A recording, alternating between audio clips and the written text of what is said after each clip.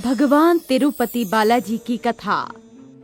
प्रिय भक्तों, आज हम आपको भगवान श्री हरि विष्णु के एक ऐसे अवतार की कथा सुनाने जा रहे हैं जब भगवान श्री हरि को माता लक्ष्मी को पुनः अपनी भार्या के रूप में प्राप्त करने के लिए वर्षों का वियोग सहना पड़ा। क्या कारण था कि माता लक्ष्मी को वैकुंठ का त्याग करना पड़ा? पौराणिक कथाओं के अनुसार एक समय ऋषि भृगु अन्य ऋषि मुनियों के साथ यज्ञ कर रहे थे। तभी एक ऋषिवर ऋषि भृगु से प्रश्न करते हुए कहते हैं, हे ऋषिवर, हम सभी अपने अपने इष्ट देवताओं की पूजा अर्चना एवं उनके यज्ञ करते हैं, किंतु हमारी पूजा अंततः किसके चरणों में अर्पित होगी, ये तो हमें ज्ञात ही नहीं है। कह तो आप उचित रहे हैं, किंतु इस बात का ज्ञान हमें भला कैसे होगा? उसी समय नारद मुनि उनके बीच हो रही इस वार्तालाप को सुन रहे थे और उनके इस प्रश्न का उत्तर सुझाने हेतु नारद मुनि उनके समक्ष जा पहुँचे। नारायण नारायण। प्रणाम मुनिवर। हे ऋषिवर, मैंने आपके मन में उठ रहे प्रश्नों को सुना है, किंतु उस प्रश्न का उत्तर क्या है ये तो किसी को ज्ञात नहीं। परंतु यदि आप चाहें तो आपके प्रश्न का उत्तर आपको मिल सकता है। किंतु कैसे नारद मुनि? हे ऋषिवर, इस संसार की सबसे बड़ी शक्ति त्रिदेव है, तो उसका उत्तर भी आपको वहीं से ज्ञात होगा। नारायण नारायण। जो इस संसार के आदि से अंत तक हैं, जो क्रोध अहंकार आदि भावों से परे हैं, वही त्रिगुणातीत हैं, वही परब्रह्मा हैं। मैं आपके कथन को समझ गया मुनिवर। त्रिगुणातीत परब्रह्मा में जिसके भीतर क्रोध अहंकार आदि का भाव नहीं है, वही हमारी पूजा अर्चना के अधिकारी हैं। नारद मुनि द्वारा कहे कथन को सुनकर भृगु ऋषि ने त्रिदेवों की परीक्षा लेने का निश्चय किया और वो सर्वप्रथम ब्रह्मदेव की परीक्षा लेने हेतु ब्रह्मलोक जा पहुँचे। किंतु ब्रह्मदेव उस समय ध्यान में इस प्रकार लीन थे कि उन्हें भृगु ऋषि के आगमन का आभास ही नहीं हुआ, जिस पर भृगु ऋषि अत्यंत क्रोधित हो उठे। ब्रह्मदेव, क्या आप ये भूल गए हैं कि आपके द्वार पर आए अतिथि का आदर सत्कार किस प्रकार किया जाता है? भृगु ऋषि, आपका इतना दुस्साहस कि आप सृष्टि के सृजनकर्ता से इस प्रकार ऊंचे स्वर में बात करें। भूलिए मत कि आपकी उत्पत्ति भी मुझसे ही हुई है। आप मेरे ही पुत्र हैं। आपके पिता होने के नाते तो आपको मेरा आदर सत्कार करना चाहिए, किंतु आप तो अहंकार में आकर मुझसे स्वयं के आदर की उपेक्षा नहीं अपितु आदेश दे रहे हैं। ब्रह्मदेव, इस समय मैं आपका अतिथि हूँ, किंतु अपने अतिथि के समक्ष आपके ऐसे क्रोध भरे स्वर ने ये सिद्ध कर दिया कि आप त्रिगुणातीत नहीं, आप रजोगुण से परिपूर्ण हैं। मैं आपको श्राप देता हूँ कि संसार में आप कभी पूजनीय नहीं होंगे।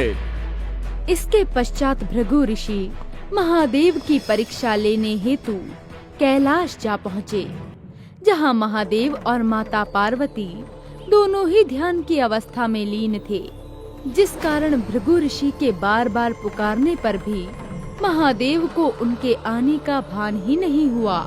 अपना ऐसा अपमान देखकर भृगु ऋषि से रहा नहीं गया।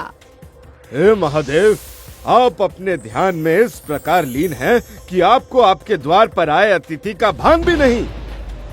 भृगु ऋषि, आपने हमारा ध्यान किया होता, हमें सहृदय पुकारा होता, तो हम उसी क्षण आपके समक्ष आ पहुँचते, किंतु आपने हमारी आज्ञा का पालन न करके मर्यादाओं की अवहेलना की है।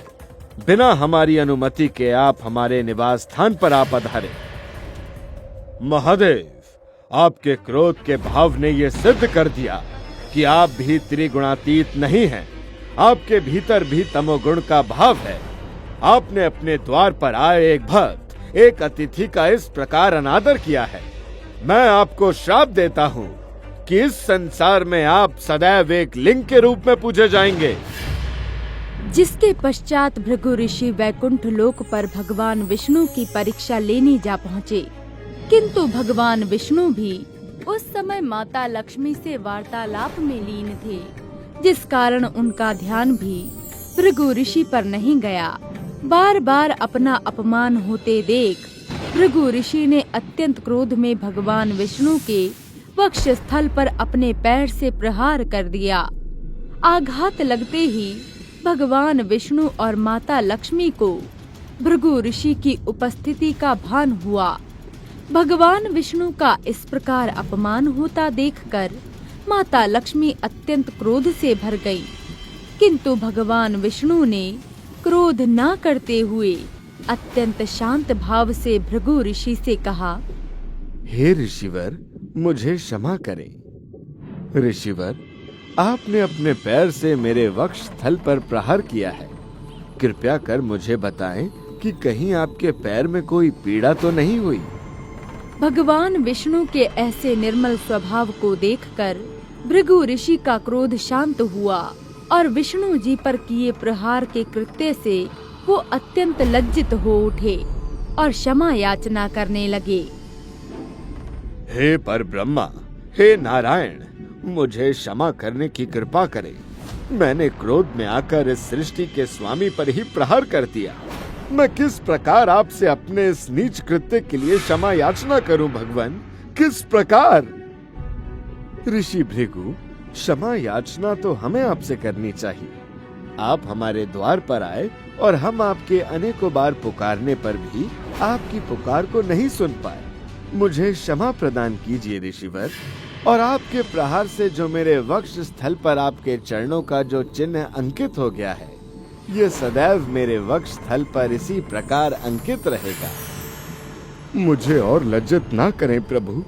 मैं तो अपने एक प्रश्न का उत्तर पाने हेतु त्रिदेवों की परीक्षा लेने निकला था। मुझे मेरे प्रश्न का उत्तर तो मिल गया प्रभु, किंतु मेरे क्रोध के कारण इस कृत्य से मैं लज्जा से भर गया हूँ। हे नारायण, आप ही परब्रह्मा हैं, आप ही त्रिगुणातीत हैं, आप ही हमारी पूजा अर्चना, हमारे यज्ञों को स्वीकार करने वाले परमेश्वर हैं। अपने प्रश्न का उत्तर पाकर और भगवान विष्णु से क्षमा याचना कर भृगु ऋषि वैकुंठ से चले आते हैं, किंतु भगवान विष्णु के इस प्रकार अपमान को माता लक्ष्मी सहन नहीं कर पाती। स्वामी, आप तो सदैव कहते हैं कि देवी लक्ष्मी आप तो सदैव मेरे हृदय में निवास करती हैं। मेरा हृदय तो आपका निवास स्थान है। आज जब भृगु ऋषि ने आपके वक्ष स्थल पर प्रहार किया, तो वो प्रहार उन्होंने आपके साथ ही आपकी अर्धांगिनी पर भी किया है। स्वामी, मैं तो सदैव यही सोचती रही कि आप मुझसे सर्वाधिक प्रेम करते हैं, किंतु आपने मुझ पर हुए प्रहार के पश्चात भी उन्हें दंड नहीं दिया। यदि आपको मुझसे प्रेम होता तो आप कदापि ऐसा नहीं करते। स्वामी, जहाँ आपका और मेरा सम्मान नहीं, मैं कदापि उस स्थान पर एक क्षण भी नहीं ठहर सकती। देवी, ये आप क्या कह रही हैं? इस संसार में मैं आपसे और अपने भक्तों से सर्वाधिक प्रेम करता हूँ। आप कृपया इस प्रकार मुझसे क्रोधित ना हो। नहीं स्वामी, यदि आपको मुझसे प्रेम होता तो आप उनसे क्षमा याचना करने के स्थान पर उनको दंड देते, किंतु आपने ऐसा नहीं किया। इसीलिए मैं इसी क्षण वैकुंठ लोक का और आपका त्याग करती हूँ। ऐसा अनर्थ मत कीजिए देवी लक्ष्मी। इस प्रकार माता लक्ष्मी वैकुंठ लोक का त्याग करके चली जाती हैं। माता लक्ष्मी के वैकुंठ त्यागते ही भगवान विष्णु अत्यंत निर्बल तथा दुर्बल हो जाते हैं, क्योंकि उनकी शक्ति रूपा माता लक्ष्मी उनका त्याग कर वहां से चली जाती हैं। भगवान विष्णु की ऐसी दशा को देखकर महादेव और ब्रह्मदेव माता लक्ष्मी को समझाने का प्रयास करते हैं। हे महादेव, हे ब्रह्मदेव, मुझे क्षमा करें, किंतु जहाँ मेरे स्वामी का सम्मान नहीं, मैं वहाँ कदापि निवास नहीं कर सकती। अतः आप कृपया कर मुझे पृथ्वी लोक पर ऐसा स्थान सुझाने की कृपा करें जहाँ मैं निवास कर सकूं। देवी लक्ष्मी, यदि आपकी यही इच्छा है तो आप पृथ्वी लोक पर वेंकटाद्रि पर्वत पर निवास करें। ये वही स्थान है जहाँ श्री हरि नारायण ने अपने वराह रूप में निवास किया था। यदि ऐसा है तो हमारे निवास स्थान के लिए इससे उचित और पवित्र स्थान कोई और हो ही नहीं सकता महादेव। देवी लक्ष्मी, कृपया कर लौट आए। देवी लक्ष्मी, देवी लक्ष्मी, कृपया कर लौट आए। ब्रह्मदेव, महादेव, हमें अपना वेश बदलकर किसी अज्ञात स्थान पर छिपकर रहना होगा, अन्यथा स्वामी हमें खोज लेंगे। कृपया कर स्वामी से छिपने के लिए हमें शीघ्र किसी उचित स्थान के बारे में बताइए। देवी लक्ष्मी, ये राजा चौल की नगरी है। वे बड़े धर्मात्मा हैं एवं उनके राज्य में गौ माता को माँ समान माना जाता है, इसलिए हमारे छिपकर रहने के लिए ये स्थान ही उचित है। इसके पश्चात ब्रह्मदेव एक गाय और महादेव एक नन्हे बछड़े का रूप धारण कर लेते हैं और उनकी देखभाल करने के लिए माता लक्ष्मी एक ग्वालिन का रूप धारण करती हैं और गाय रूपी ब्रह्मदेव और नन्हे बछड़े रूपी महादेव के साथ राजा चोल के महल जा पहुंचती हैं। हे कन्या, तुम कौन हो और तुम्हारा हमारे महल में पधारने का क्या प्रयोजन है? हे राजन, मैं ग्वालिन हूँ, किंतु अब मैं अपनी गाय और बछड़े के पालन पोषण करने योग्य नहीं। इसीलिए मैं चाहती हूँ कि आज से आप ही इनका पालन पोषण करें। उचित है ग्वालिन, आज से तुम्हारी गाय और बछड़े का पालन पोषण हम करेंगे। मंत्री, तुम ग्वालिन को इस गाय और बछड़े का मूल्य चुका दो।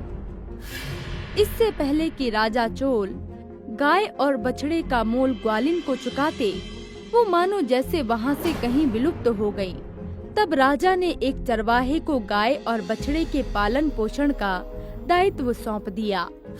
दूसरी ओर माता लक्ष्मी को खोजते खोजते भगवान विष्णु राजा चोल की नगरी जा पहुँचते हैं और अत्यंत दुर्बल होने के कारण बेसुध होकर चींटियों की बांबी के भीतर जा गिरते हैं और वहीं श्रीनिवास के रूप में चींटियों की बांबी में ही निवास करने लगते हैं।